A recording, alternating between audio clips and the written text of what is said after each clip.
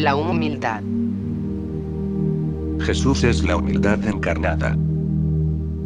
Perfecto en todas las virtudes. Nos enseña en cada momento, en cada palabra.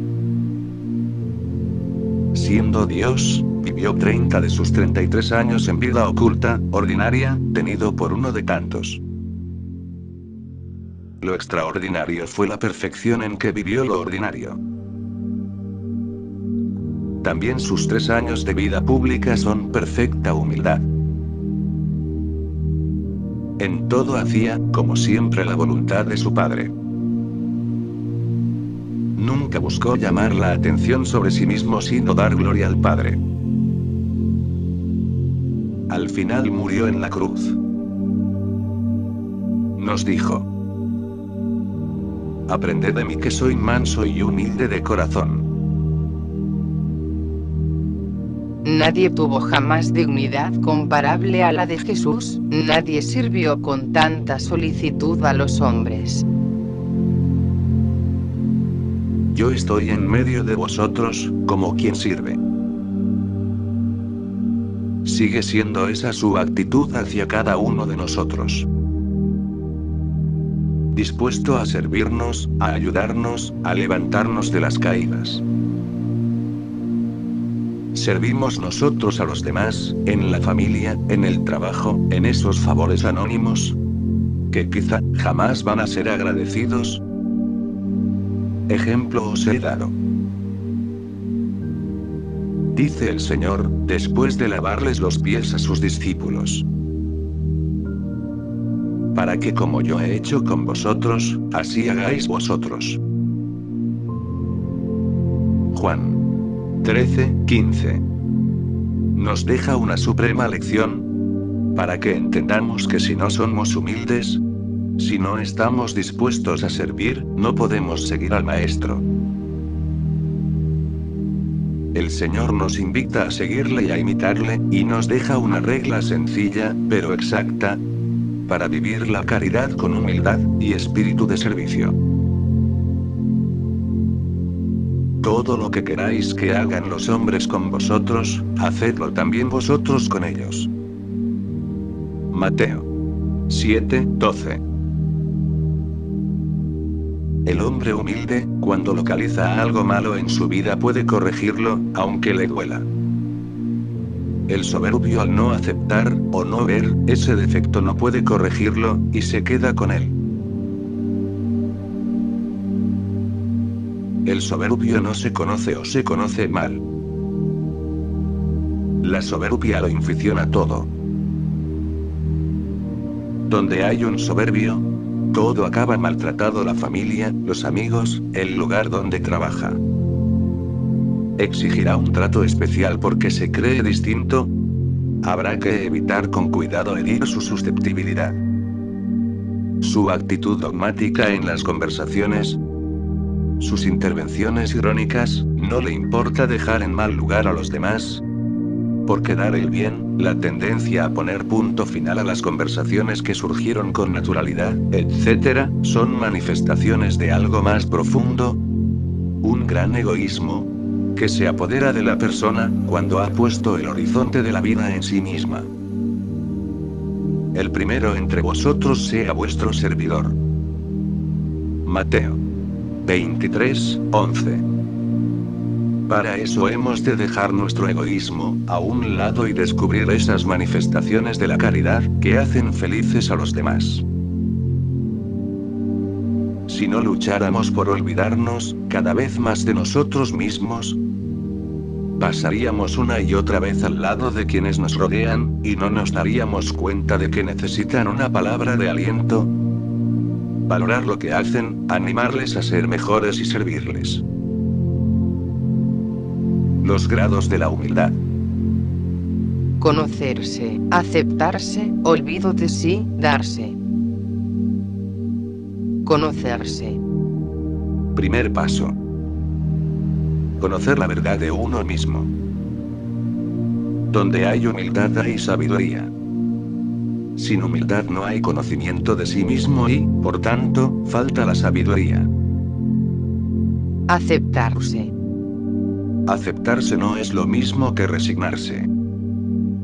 Si se acepta con humildad un defecto, error, limitación o pecado, se sabe contra qué luchar y se hace posible la victoria. Ya no se camina a ciegas, sino que se conoce al enemigo.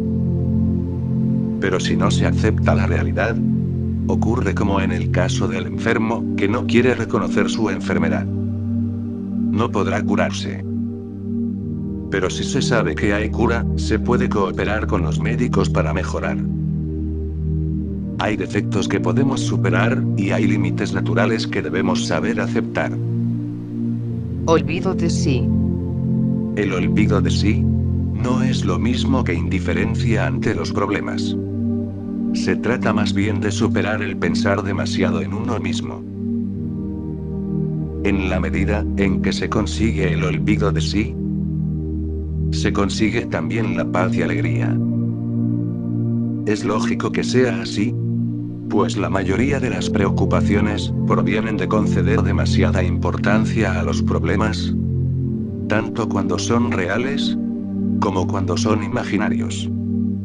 El que consigue el olvido de sí, está en el polo opuesto del egoísta, que continuamente está pendiente de lo que le gusta o le disgusta. Darse. Este es el grado más alto de la humildad, porque más que superar cosas malas, se trata de vivir la caridad, es decir, vivir de amor. Si se han ido subiendo los escalones anteriores, ha mejorado el conocimiento propio, la aceptación de la realidad, y la superación del yo como eje de todos los pensamientos e imaginaciones. Si se mata el egoísmo, se puede vivir el amor, porque o el amor mata al egoísmo, o el egoísmo mata al amor.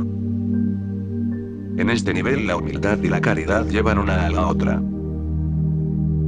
Una persona humilde, al librarse de las alucinaciones de la soberbia, ya es capaz de querer a los demás por sí mismos, y no solo por el provecho que pueda extraer del trato con ellos. Cuando la humildad llega al nivel de darse, se experimenta más alegría que cuando se busca el placer egoístamente. Se es más feliz en dar que en recibir. La persona generosa experimenta una felicidad interior, desconocida para el egoísta y el orgulloso. La caridad es amor que recibimos de Dios, y damos a Dios. Dios se convierte en el interlocutor de un diálogo diáfano y limpio que sería imposible para el orgulloso, ya que no sabe querer, y además no sabe dejarse querer. Al crecer la humildad, la mirada es más clara, y se advierte más en toda su riqueza la bondad y la belleza divinas. Dios se deleita en los humildes, y derrama en ellos sus gracias y dones con abundancia bien recibida. El humilde se convierte en la buena tierra, que da fruto al recibir la semilla divina. La falta de humildad se muestra en la susceptibilidad. Quiere ser el centro de la atención en las conversaciones, le molesta en extremo que a otra la aprecien más que a ella. Se siente desplazada si no la atienden. La falta de humildad hace hablar mucho por el gusto de oírse, y que los demás le oigan. Siempre tiene algo que decir, que corregir. Todo esto es creerse el centro del universo. La imaginación anda a 1000 por hora, evitan que su alma crezca. Que me conozca. Que te conozca. Así jamás perderé de vista mi nada. Solo así podré seguirte como tú quieres, y como yo quiero. Con una fe grande, con un amor hondo, sin condición alguna. La virtud de la humildad consiste en inclinarse delante de Dios y de todo lo que hay de Dios en las criaturas. En la práctica, nos lleva a reconocer nuestra inferioridad, nuestra pequeñez e indigencia ante Dios. ¿Cómo he de llegar a la humildad? Por la gracia de Dios. Solamente la gracia de Dios puede darnos la visión clara de nuestra propia condición y la conciencia de su grandeza que origina la humildad. Por eso hemos de desearla y pedirla incesantemente, convencidos de que con esta virtud amaremos a Dios y seremos capaces de grandes empresas a pesar de nuestras flaquezas. Quien lucha por ser humilde, no busca ni elogios ni alabanzas. Porque su vida está en Dios. Y si llegan, procura enderezarlos a la gloria de Dios, autor de todo bien.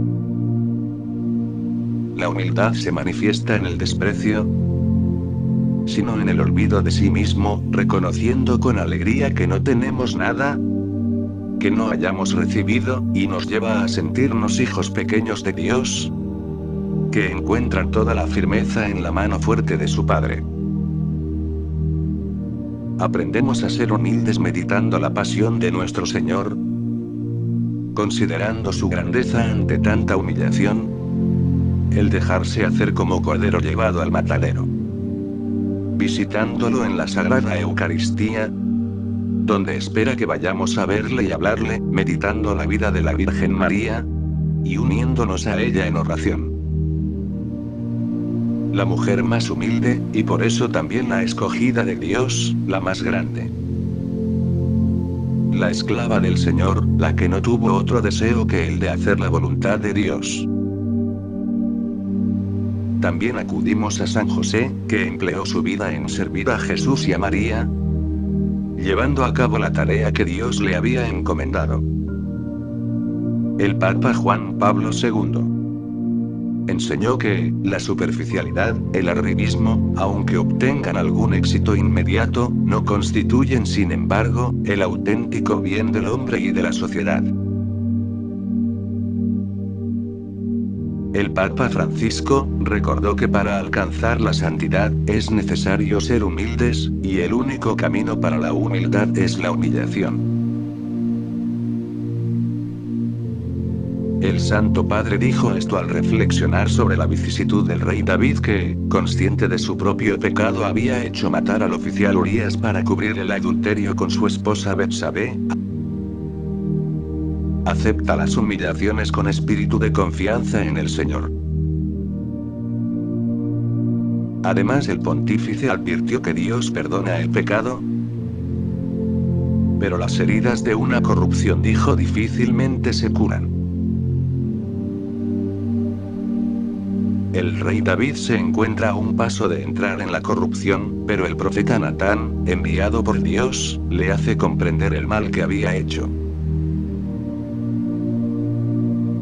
Por tanto, señaló el Papa, David es pecador, pero no corrupto, porque un corrupto no se da cuenta de esto.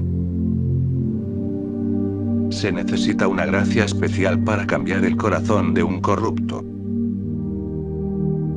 Y David, que tenía el corazón noble, dice: ah, es verdad.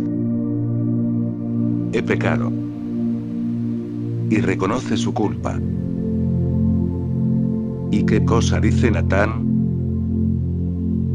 El Señor perdona tu pecado, pero la corrupción que tú has sembrado crecerá. Tú has matado a un inocente, para cubrir un adulterio. La espada jamás se alejará de tu casa.